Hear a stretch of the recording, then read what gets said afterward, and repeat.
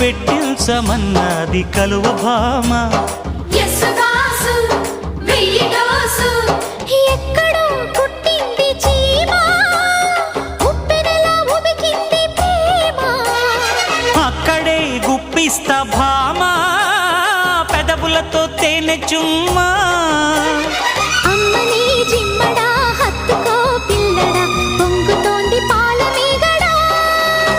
నిన్నేమడగను ఎట ఎట అడగను, ఒకసారి ఒడిలోకి రారమ్మని.